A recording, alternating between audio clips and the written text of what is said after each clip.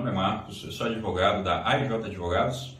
Estou aqui mais uma vez para apresentar uma série de vídeos que nós estaremos fazendo sobre homologação de sentença estrangeira no Brasil.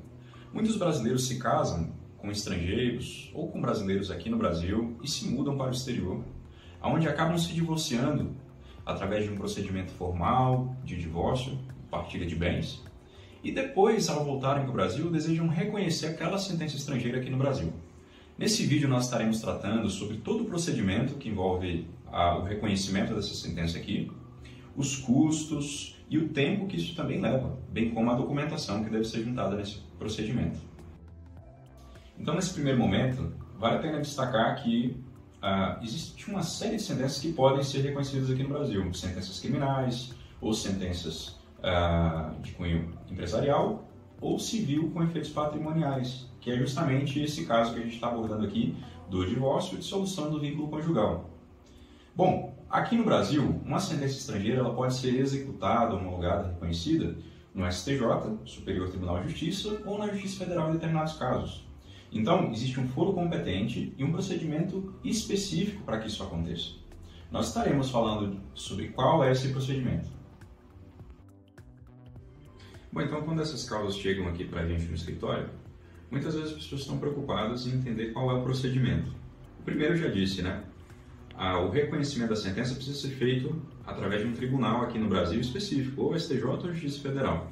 Mas mais do que isso, a sentença proferida no exterior precisa ser proferida, prolatada por um tribunal competente ou uma corte arbitral. Além disso, deve haver a citação de ambas as partes. A sentença que é proferida lá não pode ofender a lei brasileira, não pode ser contrária à lei brasileira. Muitas vezes alguns países têm práticas diferentes a respeito do divórcio, por exemplo.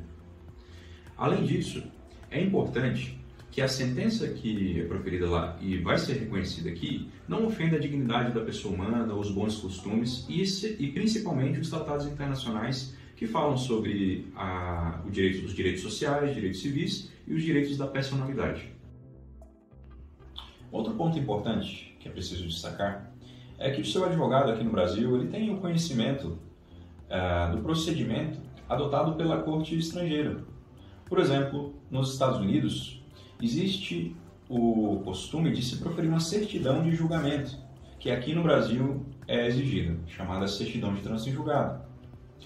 Por exemplo, no Reino Unido, na Inglaterra, não se emite essa decisão. Então, o seu advogado aqui no Brasil precisa entrar em contato com a corte que proferiu a decisão na Inglaterra e solicitar essa decisão. Um outro ponto importante é que o seu advogado ele tem conhecimento, relacionamento com outro advogado que está lá, porque isso facilita todo o desenvolvimento, todo o procedimento para a confecção dessa certidão, desses papéis que são exigidos aqui. Quanto à documentação, muitas vezes chegam situações diferentes para nós. Ou o divórcio foi consensual ou foi litigioso. Houve discussão sobre o patrimônio porque as partes não concordavam.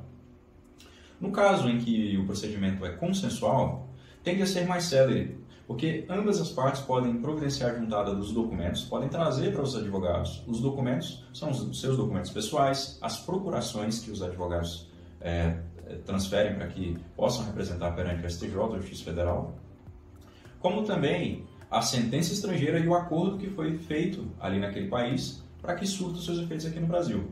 Além disso, todos os documentos eles devem receber o apostilamento, que é feito mediante um procedimento cartorário aqui no Brasil.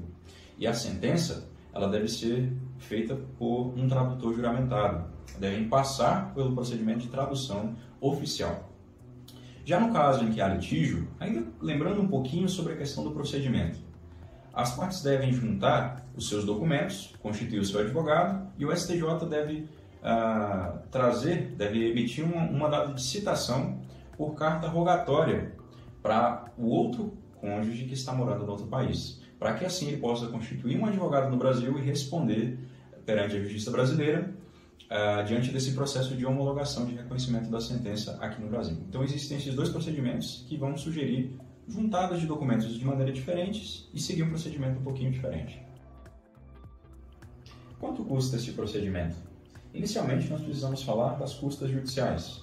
As custas judiciais requeridas pelo tribunal, elas podem ser diferentes em procedimentos de divórcio litigioso ou no divórcio consensual. Isso porque no litigioso, o tribunal requer a citação da outra parte, do outro cônjuge no exterior.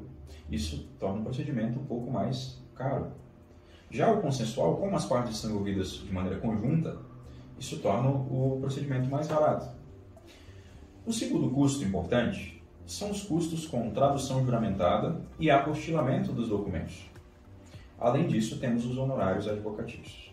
Bom, gostaria de fazer apenas um adendo sobre essas três últimas questões. Um escritório especializado possui também uma rede de atendimento com profissionais específicos que podem te ajudar no apostilamento de documentos, como também na tradução juramentada da sentença e do acordo que foi proferido no estrangeiro, bem como na certidão de trânsito em julgado. Então, o nosso escritório, por exemplo, possui uma rede de profissionais vinculados e até mesmo de profissionais em outros países que podem sugerir e orientar você e nos ajudar em todo esse procedimento. Então, gostaria de comentar um dos casos que chegou aqui para a gente. Uma brasileira se casou com um asiático aqui no Brasil e ambos eles se casaram pelo regime de comunhão parcial de bens e se mudaram para os Estados Unidos, onde viveram por vários anos, até mesmo adquirindo o Green Card, né, a cidadania americana. E ambos vieram a se divorciar, houve uma sentença ali de um dos tribunais da Califórnia, e houve até mesmo a fixação de uma pensão por determinado tempo, em que ele pagaria para ela uma pensão. Após o divórcio, ela quis retornar ao Brasil e homologar os efeitos daquela decisão estrangeira aqui no Brasil para que pudesse reconhecer a pensão que foi fixada. Nesse caso aí, o nosso interesse foi diminuir ao máximo os custos dela. Então, nós já tivemos uma rede de apoio que pôde falar sobre tradução dos documentos e tratamos toda a situação de maneira consensual. Entramos em contato com outro cônjuge, pedimos para ele uma procuração, orientamos como poderia ser feito o apostilamento daquela procuração que ele nos passou. Então, tudo ocorreu de maneira mais célere e menos custosa para essa parte. Quanto ao prazo para esse procedimento, ele dura, em casos consensuais, de 1 a 3 meses. Aí sai a carta de sentença e nós pedimos a averbação do divórcio na certidão de casamento. Já em casos litigiosos, esse procedimento tem que ser maior, que vai abrir prazo para manifestação das duas partes. Isso demora o transcurso de vários prazos, né, que o tribunal vai abrindo. Então tende a ser um prazo de 1 ano e meio. Tudo vai depender do acordo que for entabulado a respeito das questões patrimoniais ali. Nós agradecemos por você ter acompanhado o nosso vídeo até aqui. Esperamos que esse conteúdo seja útil para você, para que possa te orientar, te direcionar nessa situação. E orientamos que você procure um advogado especialista no assunto para evitar custos necessários e possa tornar esse procedimento mais rápido, mais célere para você. Um grande abraço!